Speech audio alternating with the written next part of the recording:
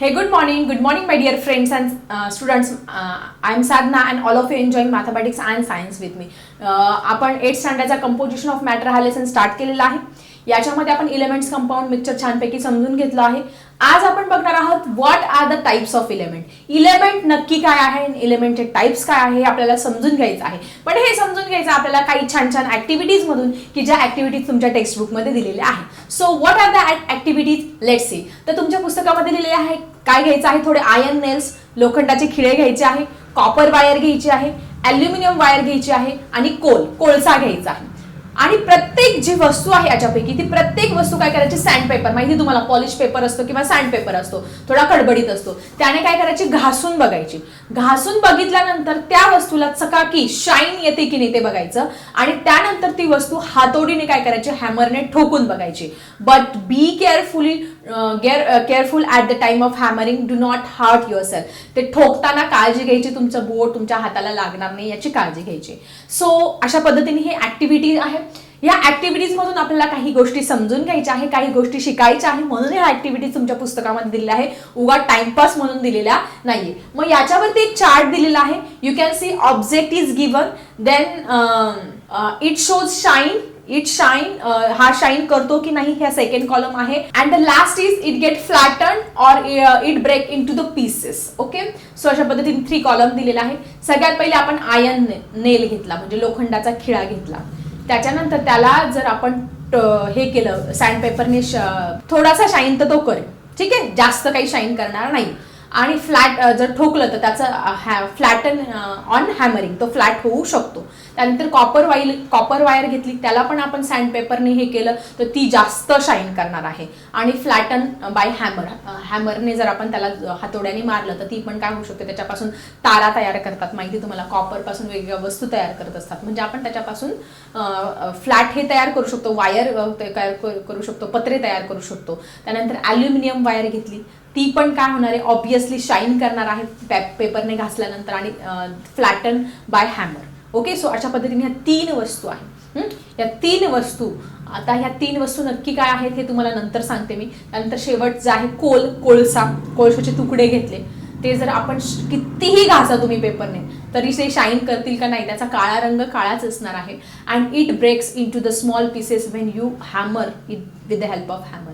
त्यावेळेस आपण त्या कोळशाच्या तुकड्यांवरती, त्या कोळशावरती आपण जोरजोरात हातोडीने मारणार, त्याचे काय होणार, असे तुकडे तुकडे होणार आहे, काळी पावडर तयार होणार आहे. सो ही ऍक्टिव्हिटीज का दिलेली आहे तुम्हाला याच्यासाठी की आपल्याला टाइप्स ऑफ इलेमेंट याच्यातून शिकून घ्यायचे आहे. टाइप्स ऑफ इलेमेंट काय आहे, ठीक आहे, हे नंतर तुम्हाला मी सांगणार आहे. सो स्टुडंट, त्याच्यानंतर अजून एक चार्ट दिलेला आहे, इलेमेंट्स हॅव्हिंग शायनिंग सरफेस. या सगळ्यांमध्ये सगळ्यात शाईन कोणता इलेमेंट करत होता, yes, what is it, what is the name, copper सगळ्यात जास्त शाईन करत होता ज्यावेळेस आपण ते पॉलिश पेपरने शाईन केले. त्यानंतर इलेमेंट्स फ्लॅटन ऑन हॅमरिंग, ज्यावेळेस आपण ते हातोड्याने ठोकले, फ्लॅट कोणते झाले, येस 3 झाले. कोणते, कॉपर झाला, ॲल्युमिनियम झाला आणि आयर्न पण झाला. फक्त कोणता झाला नाही, कोल पावडर, जो कोल आहे, कोळसा, तो काही फ्लॅटन झाला नाही. And element break on hammering, ज्याचे तुकडे तुकडे झाले, तो कोणता, कोल आहे. सो असा एक चार्ट अजून इथे दिलेला आहे. मग या सगळ्यांवरून आपल्याला इलेमेंटच्या काही प्रॉपर्टीज समजून घ्यायच्या आहे आणि इलेमेंटचे टाइप्स सुद्धा समजून घ्यायचे आहे. So student, let's see. So student, elements are divided into 3 categories. मग आता इलेमेंटचे कुठले प्रकार आहेत तर 3 प्रकार आहे. पूर्वी मेटल आणि नॉन मेटल हे 2च टाइप्स होते आणि आता तिसरा प्रकार पण आहे मेटलॉइड.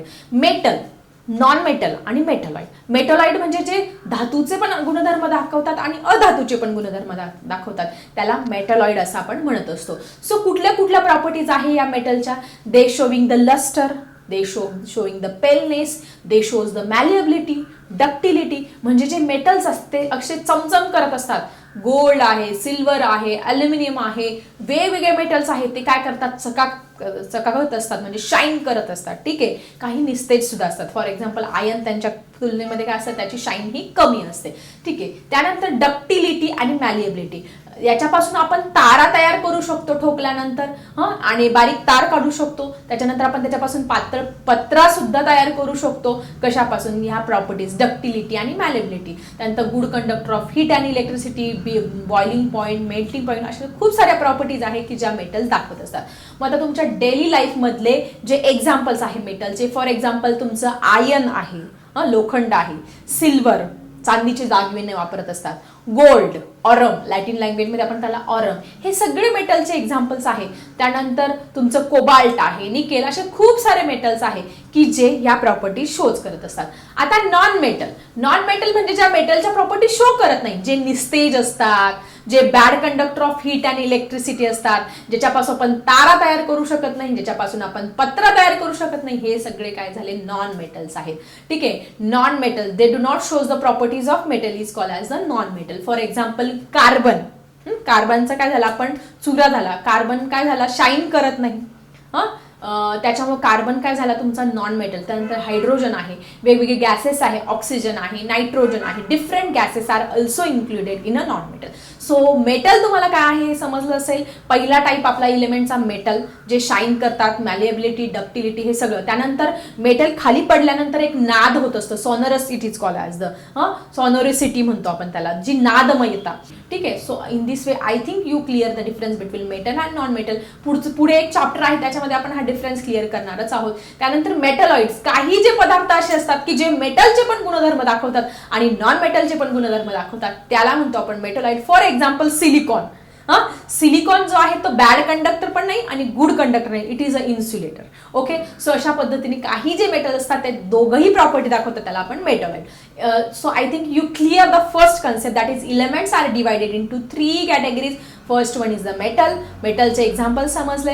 त्यानंतर नॉन मेटल आणि metalloid, which shows the properties of both metal and non metal. So student, now we have to see the types of compound. Types of element तुमच्या तीनही टाइप्स इलेमेंटचे समजले असेल. आता टाइप्स ऑफ कंपाऊंड हे सुद्धा आपल्याला काय करायचं आहे, तुमच्या पुस्तकामध्ये एक्सपेरिमेंट नंबर 6.4 दिलेला आहे. हा 6.4 एक्सपेरिमेंट आणि काही ऍक्टिव्हिटीजद्वारे या कंपाऊंडचे टाइप्स काय आहे आपल्याला समजून घ्यायचं आहे.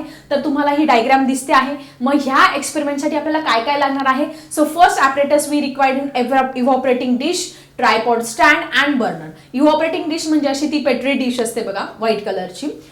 त्याच्यामध्ये आपण त्याला हीट देऊ शकतो कुठलाही. ट्रायपॉड स्टँड 3 पाय असलेला आणि बर्नर. ठीक आहे, केमिकल्स लागणार आहे. केमिकल्स कॅम्फर सगळ्यांकडे इझिली अवेलेबल असतो. कॅम्फर म्हणजे कापूर आहे, देवासाठी आपण वापरत असतो. वॉशिंग सोडा, धुण्याची जी पावडर असते ती निरमा पावडर वगैरे आपण इझिली अवेलेबल करू शकतो. त्यानंतर ब्ल्यू विट्रिऑल आहे, मोरचूत की जे पावडरमध्ये वगैरे पेस्टिसाइड इन्सेक्टिसाइडमध्ये वापरत असतात, ब्ल्यू विट्रिऑल. त्यानंतर शुगर ही पण अवेलेबल होऊ शकते. त्यानंतर युरिया, फर्टिलायझर, ग्लुकोज, हे सगळे केमिकल सबस्टन्स लागणार आहेत आपल्याला ह्या एक्सपेरिमेंटसाठी, ह्या ॲक्टिव्हिटीसाठी. आता काय करणार आहोत, take evaporating dish on a tripod stand. एक इव्हॉपरेटिंग डिश घेतली आहे, ती आपण काय केली, ट्रायपॉड स्टँडवरती ठेवलेली आहे. Take some camphor in the evaporating dish. त्या डिशमध्ये थोडे कापराचे काय करायचे, कापराच्या वड्या घ्यायच्या आहेत, ते तुकडे घ्यायचे आहेत. Heat this camphor strongly with the help of burner. ह्या जे इव्हॉपरेटिंग डिश आहे त्याला काय करायचे, बर्नरच्या साह्याने उष्णता द्यायची आहे. आता काय करायचं, तुम्हाला ऑब्झर्वेशन करायचं आहे. You have to record. मग या कापराऐवजी पहिले कापराला उष्णता द्यायची, कॅम्फरला, नंतर वेगवेगळे सबस्टन्स देऊन आपण तुम्हाला काय करायचे, त्याला हीट द्यायची. मग कॅम्फर ऐवजी तुम्ही काय करायचं, एक लाईमस्टोन यूज करायचं आहे, वॉशिंग सोडा यूज करायचा आहे, शुगर यूज करायची, ब्ल्यू विट्रिऑल यूज करायचं. हे सगळे सबस्टन्स यूज करून त्याच्यामध्ये काय चेंजेस होतात ते आपल्याला एका टेबलमध्ये काय करायचं आहे, रेकॉर्ड करायचं आहे. We have to record this observation in this table. तर सगळ्यात पहिले ज्यावेळेस तुम्ही कॅम्फर म्हणजे कापराला उष्णता देणार आहेत, what is your observation when you, असाही डेली लाईफमध्ये तुम्हाला जर बघायचं असेल, कापूर काय करायचं, एक वाटी घ्या, त्या वाटीमध्ये कापूर ठेवा आणि 4-5 दिवसांनी ऑब्झर्वेशन करा. त्या वाटीमध्ये काहीच शिल्लक राहणार नाही. It is a supplementing substance. It directly convert from the solid into gases. सॉलिडमधून डायरेक्ट गॅसेसमध्ये कन्व्हर्जन होणारा पदार्थ आहे, म्हणून त्याचा कुठलाही प्रकारचा रेसिड्यू शिल्लक राहत नाही, म्हणून तिथे आपण डॅश करणार आहोत. ठीक आहे. त्यानंतर लाईमस्टोन घेतला, चुनखडी व्हाईट रंगाची, त्याला जर आपण हीट दिली तर काय होणार आहे, रेसिड्यू शिल्लक राहणार आहे, व्हाईट रंगाचा रेसिड्यू हा शिल्लक राहणार आहे. त्यानंतर आपण वॉशिंग सोडा घेतला, म्हणजे आपली धुण्याची जी पावडर आहे तिला जर आपण हीट दिली तर काय होणार आहे, तिथे पण रेसिड्यू शिल्लक राहणार आहे, पण कुठल्या रंगाचा, व्हाईट रंगाचा रेसिड्यू हा शिल्लक राहणार आहे. या सगळ्या ऍक्टिव्हिटीज तुम्ही घरी पण तुमच्या मम्मी पप्पा असताना अंडर द ऑब्झर्वेशन करून बघा, किंवा तुमचे शिक्षकही तुम्हाला करून दाखवतील. त्यानंतर आपल्याला घ्यायचं आहे ब्ल्यू विट्रिऑल म्हणजे मोरचूद. मोरचूद तुम्ही बघितलं असेल, निळ्या रंगाचं असतं. तर याला जरी आपण हीट दिली तर रेसिड्यू शिल्लक राहत असतो व्हाईट रंगाचा.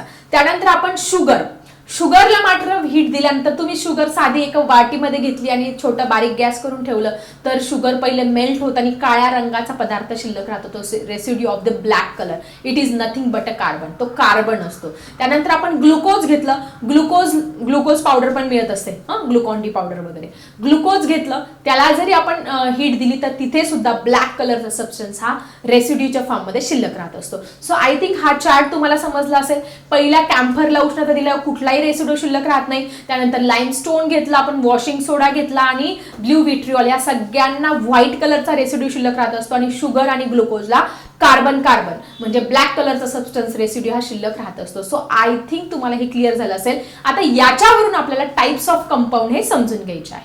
So student, what is the observation on heating on this compound?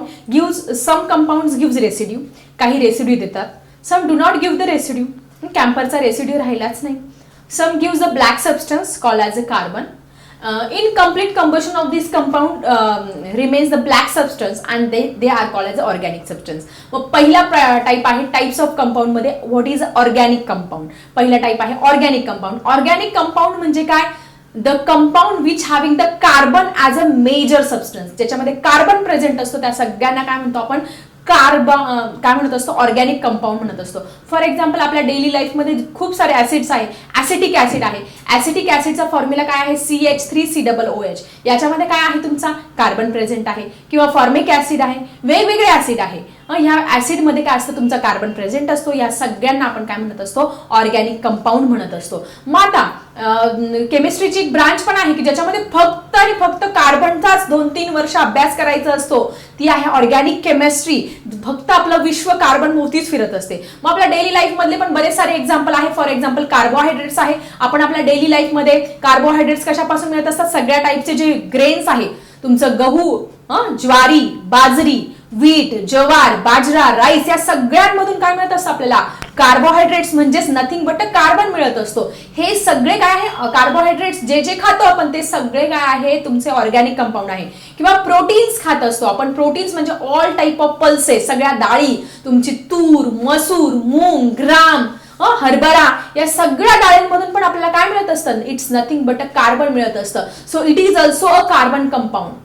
Then hydrocarbons are the carbon compound. Petrol, diesel जे आपण वापरत असतो त्याच्यामध्ये काय असतं? कार्बनच असतो ना. So all these are the organic compound. Cooking gas, आपण डेली लाईफमध्ये स्वयंपाक करण्यासाठी जो कुकिंग गॅस वापरतो, it is nothing but a carbon. त्याच्यामध्ये पण काय असतं? कार्बन प्रेझेंट असतो. So all these are the examples of organic compound. So student, आपण जी ऍक्टिव्हिटी बघितली त्या ऍक्टिव्हिटीमध्ये आपण कॅम्फर बघितला, कुठलाही रेसिड्यू नाही. शुगर बघितलं, ग्लुकोज बघितला आणि urea. All these are organic compound. कारण कॅम्फरमध्ये पण कार्बन आहे, शुगरमध्ये पण C12H22O11 इथे कार्बन आहे, ग्लुकोजमध्ये C6H12O6 याच्यामध्ये पण कार्बन आहे, युरियामध्ये पण कार्बन आहे. मग या सगळ्या ज्याच्यामध्ये कार्बन प्रेझेंट असतो त्याला तुम्ही काय म्हणणार? साधं आणि सोपं ऑर्गॅनिक कंपाऊंड म्हणणार आहोत. सो फर्स्ट टाइप आपण इथे बघितला आहे टाइप्स ऑफ कंपाऊंड मध्ये ऑर्गॅनिक कंपाऊंड. ज्याच्यामध्ये कार्बन असतो त्याला ऑर्गॅनिक कंपाऊंड असतं. म्हणतात carbohydrates, proteins, cooking gas, petrol, diesel, camphor, sugar, glucose, urea. All these are the examples of organic compound. म्हणजे आपलं जे जग आहे ना, आपण जिथे ज्या जगामध्ये राहतो त्याच्यामध्ये 90% आपले जे आसपास आहे ते कार्बन पासून. आपण जे कपडे घातलेले आहेत ते पण कार्बन पासून. मी ज्या मार्करने लिहिते त्याच्यातली शाई पण कार्बन पासून.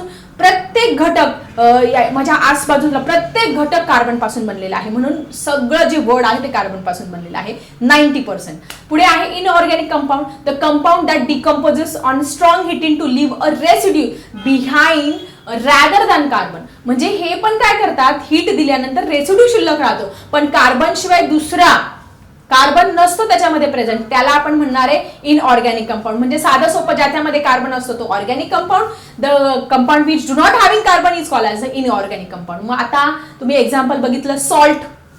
सॉल्टला हीट दिल्यानंतर ते मेल्ट होत असतं. त्यानंतर आपण सोडा बघितलं, त्यानंतर ब्ल्यू विट्रिऑल, लाईमस्टोन, या सगळ्यांमध्ये रेसिड्यू रॅदर दॅन कार्बन शिल्लक हा राहत असतो. सोडियम आणि क्लोरीन असतं कारण सॉल्टमध्ये. ठीक आहे. मग हे सगळे इनऑर्गॅनिक कंपाऊंडचे एक्झाम्पल आहेत.